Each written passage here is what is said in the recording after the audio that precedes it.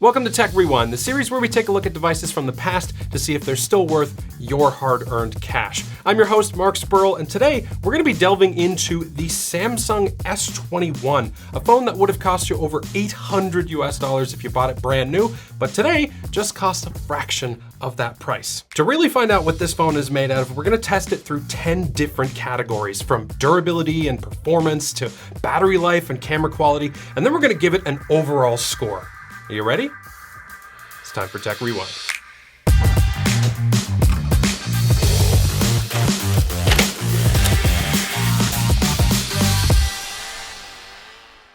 This episode of Tech Rewind is brought to you by Govee with their InVisual TV Backlight T2. This is an RGB backlight for your TV that syncs up with the content displayed and matches the colors to give you a much more immersive movie watching experience. The box comes with everything you'd need to mount the light strip, as well as the camera sensors and the light strip itself. All you have to do is clean off the back of the TV with the included wipe, stick the LED strip to the TV and secure it with the tabs, plug in the cameras and the light strip to the control box, and you're pretty much good to go. After you calibrate the cameras in the Govee app, they will capture what's happening on the TV and send a signal to the LED lights to match the content in real time. It looks amazing, and you can also set up the light strip to do all sorts of different animations to match your mood or your atmosphere. Get 33% off the Govee InVisual TV Backlight T2 for the Amazon Prime sale by clicking on the link in the video description below. All right, let's put the 10 categories on the board. Each one of these categories is worth 10 points. If the S21 reaches the end of this video with a grand total of 70 points or higher, this phone will get my stamp of approval and recommendation. However, if it does not earn at least 70 points, you should take your cash and put it towards something that you'll get more value out of. The first category on the board is design. The S21 is a decent looking phone in my opinion. Now, I'm not too crazy about the two-tone design, especially in this purple and gold color, but the front has very slim and symmetrical bezels all the way around that give it a nice and clean look. And the hole punch is tiny and unobtrusive. It's a pretty light phone of this size at 169 grams, so it's a comfy phone to hold, and the volume and power buttons are easy to reach without having to slide my hand up and down on the phone. One thing that some of you may not like is that the back cover of this phone is actually a type of plastic instead of glass. Not exactly the most premium material for a modern smartphone. 8.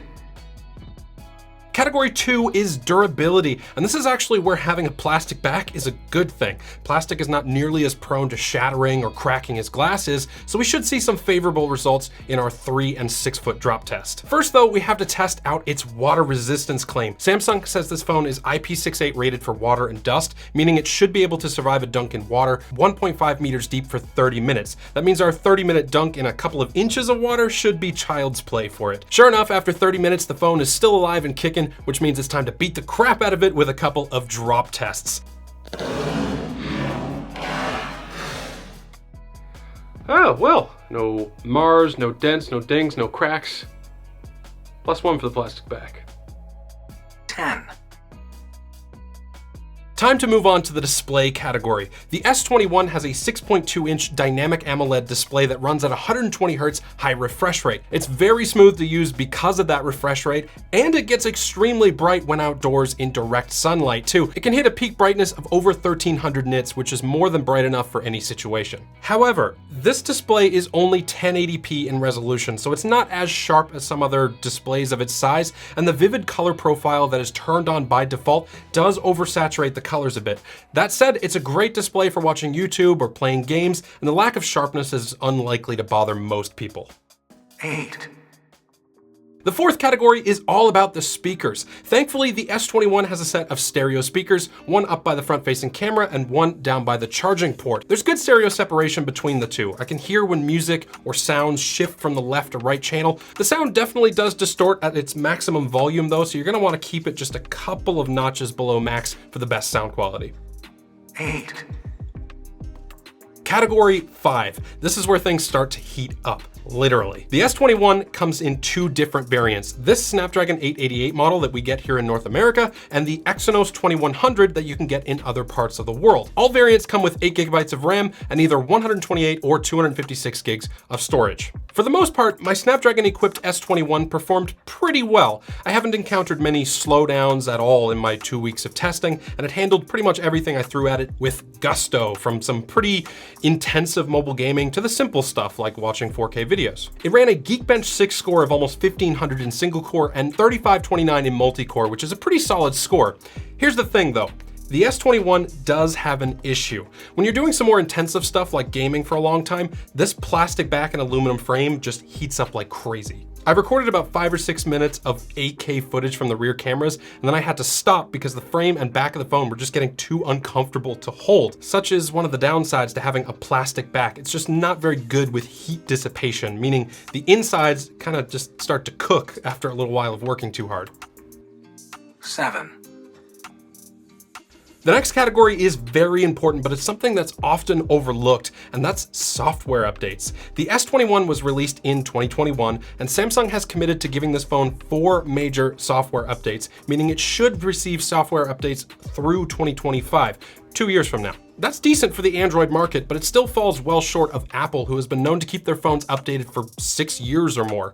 I have a chart for this, and 2 more years of software updates means it earns a 6 in this category. 6.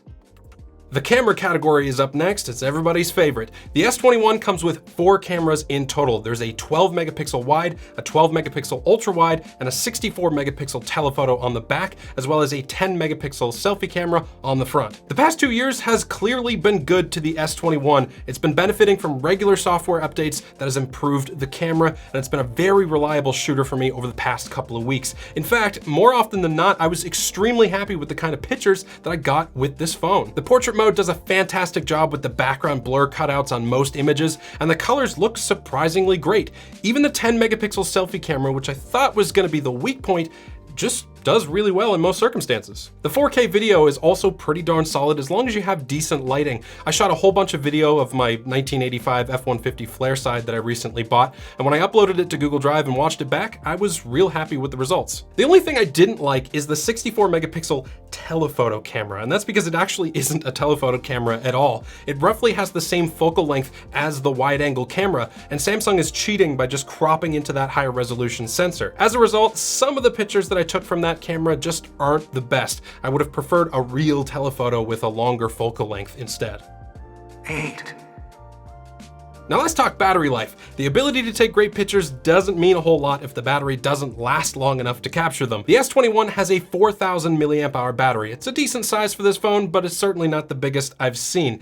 In my standardized battery test that you can see here on the right, this lightly used S21 finished the test with just 28% battery remaining. That's not a terrible result, but it's also not the best either. If it had a 4500 milliamp hour battery like the OnePlus 9 that released around the same time, it would have performed much better in this test. And if battery life is of a concern to you, another option would be to buy the S21 Plus instead, since it has a bigger screen and a much larger 4800 milliamp hour battery. 6. We are down to the wire now with our 9th category, charging. Out of the box, the S21 is supposed to be able to charge at a maximum speed of 25 watts with the wire and 15 watts on a wireless charger. That's not fantastic by modern standards, but even worse than that, my S21 only charged at a maximum of 15 watts via cable out of the box. It took an hour and 15 minutes to charge from dead to full with that 15 watt charging speed. As it turns out, Samsung has disabled fast charging by default, and you actually have to re-enable it in the battery settings page to get the full 25 watt speed. But there's a catch. Unless you have a power adapter that supports USB power delivery PPS, like the official 25 watt Samsung charger, you won't get that 25 watts of charging speed. It'll just max out at 15. Anyway, when I dug out the right charger, it went from dead to full in just under an hour. Faster, but not impressive. 2. It's value time, and this category is very important for 2 reasons. Number 1, you want a phone that's worth your hard-earned cash, right? Of course you do. But number 2, if you've been following along and tallying the numbers, you'll know that we are several points short of that critical number 70, the number we need to give this phone my stamp of approval. The S21 can be bought on used markets right now for between $200 and $250 US. Given everything I've seen from this phone over the past couple of weeks and the fact that the phone will receive software updates for at least the next couple of years, I'd say that it's a pretty darn good deal as long as the phone is in good condition. It's got great cameras, it's got solid performance, performance, and despite some hiccups with battery life and charging, what the heck, this is still a great phone. 8. The Samsung Galaxy S21 has earned its 70 points and officially gets my seal of approval. If you have a request for what phone I should review on Tech Rewind next, leave it in a comment below. Hope you liked the video, thanks for watching, and as always, have a great day.